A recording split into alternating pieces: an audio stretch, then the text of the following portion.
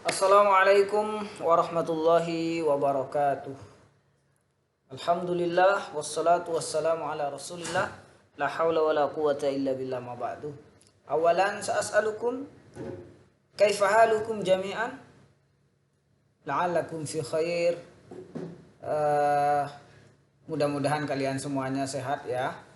Taib, fi hadzal yaum, hari ini nastamir dirasatana at-tarjim. Kita akan melanjutkan ya pelajaran kita tentang tarjim. Maudu'uhu yang judulnya adalah pembagian kalimah isim menurut jumlahnya. Nah, pembagian kalimah isim menurut jumlahnya ini hadad dars maujud fi kitab at-tarjim. Pelajaran ini ada dalam kitab at-tarjim ya. Di halaman 4, atau di halaman 6. Silakan dicek bukunya. Baik, pembagian kalimah isim menurut jumlahnya itu ada 3 ya. Sesuai yang ada di kitab ada 3. Yang pertama adalah isim bermakna 1. yakni ada isim mufrad, kemudian isim muannas dan isim jamak. Ya, ini dihafalkan. Ada isim mufrad ya, ada isim muannas, kemudian ada isim jamak. Sebelumnya kita sudah belajar tentang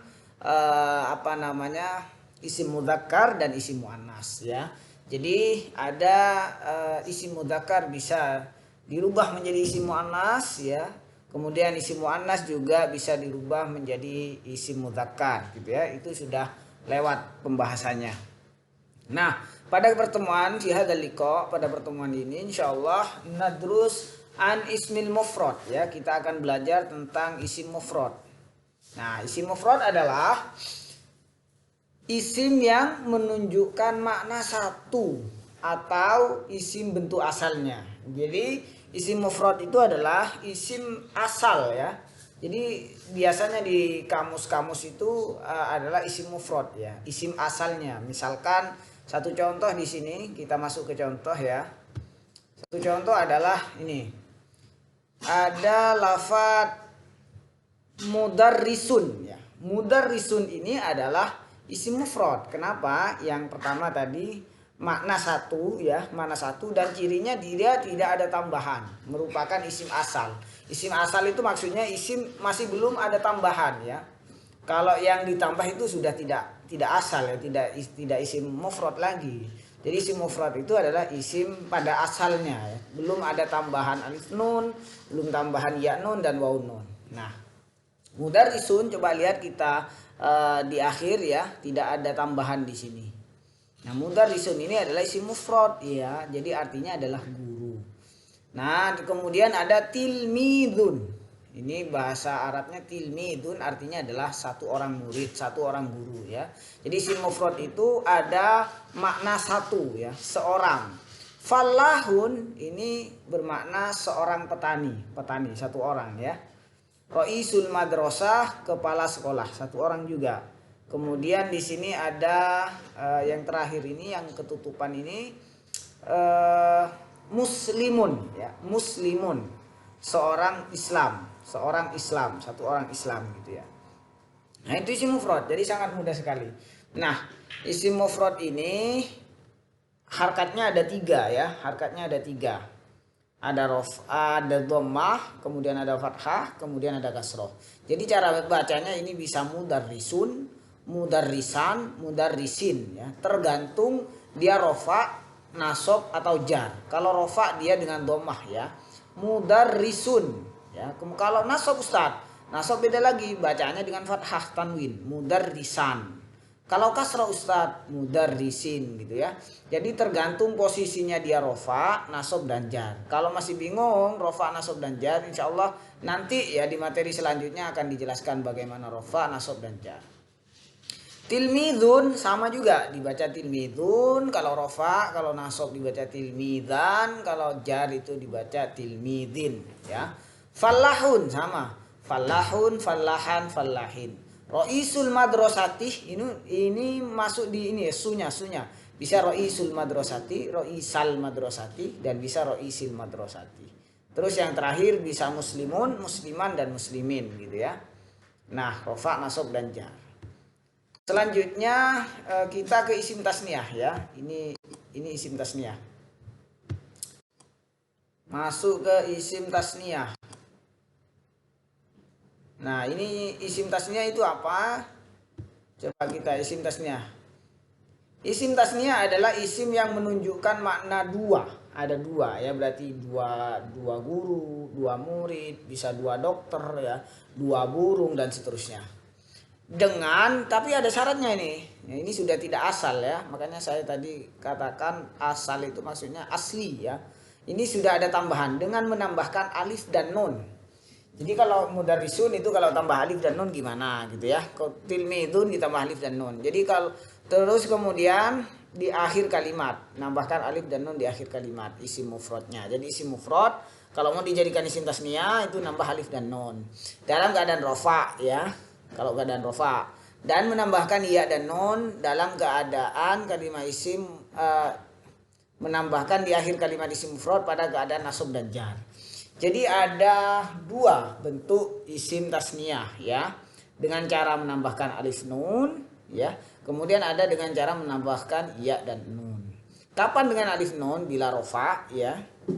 Kapan ya dan nun bila nasab atau jar. Nasab dan jar sama bentuknya. Coba kita lihat contohnya di sini. Nih, ya jadi isim mufrad itu isim bermakna satu bisa dijadikan isim bermakna dua. Ya, yang dengan cara begini, dengan cara seperti tadi ya, mudarrisun, perhatikan lafadz mudarrisun ini kan satu orang guru. Kalau mau dijadikan dua orang guru, maka dia bisa menjadi mudarrisan nih, ini rofaknya ya, rofaknya nambah alif nun. Kemudian ada mudarrisaini, nasabnya. Terus yang ketiga mudarrisaini sama, nasab dan jarnya sama bentuknya. Jadi kalau yang pertama itu rofa, nambah alif nun, nunnya berharakat kasroh.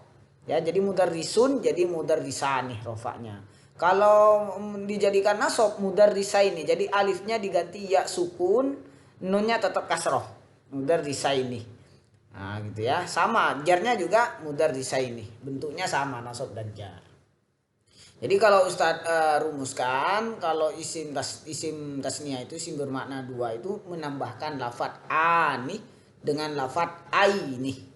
Mudarrisun tambah ani jadi mudarrisani gitu ya. Mudarrisun ditambah aini jadi mudarrisaini gitu. Tilmidun sama, ini isim mufrad ya. Bagaimana cara merubah isim tasniyah? Ya sama, menambahkan ani dan menambahkan aini. Jadi kalau tilmidun dalam keadaan rofa menjadi isim tasniyah ya, menjadi isim tasniyah dalam keadaan rofa, maka dia menjadi tilmidani. Kalau gak ada nasab berarti tambah aini jadi tilmidaini. Dan dalam keadaan jar juga tilmidaini. Nah, falahun, falahani rofa, falahaini nasab, falahaini jar ya. Yang kedua itu tobibun. Ada mana tobibun ya? Tobibun. Kemudian tobiba nih rofa, tobibaini nasab, tobibaini jar. Muslimun, muslimani rofa, muslimaini nasab, muslimaini jar gitu ya. Jadi cara nasrifnya tadi kalau mau diminta untuk membuat isim tasniyah dari isim mufrad tinggal tambah ani dan aini. Misalkan ya, mudarrisun, mudarrisani, mudarrisaini, mudarrisaini. Jadi dihafalkan begitu. Tilmidun, tilmidani, tilmidaini, tilmidaini. Ya, gitu caranya membuat. Kalau Ustadz kasih contoh yang baru misalkan dari tobibatun ya. Dari isim mufrad mufrad mudzakkar tadi tobibun, sekarang mufrad muannas perempuan tobibatun ya. Tobibatani sama nambah ani juga. Tobi bata ini begitu caranya. Jadi sangat mudah sekali kita membuat isim tasniyah ya, dari isim mufrad ke isim tasniyah, baik bentuknya rofa, nasab dan jar. Itu jadi bentuknya diperhatikan. Kalau Ustadz bilang rofa berarti nambah ani, kalau nasab berarti nambah aini, jar juga nambah aini. Begitu kira-kira pelajaran tarjim, mudah-mudahan bisa difahami dan dimengerti. Silakan ditulis di buku tulis dan kerjakan latihan di dalam buku tulisnya. Mudah-mudahan dimudahkan dan diberikan pemahaman sempurna.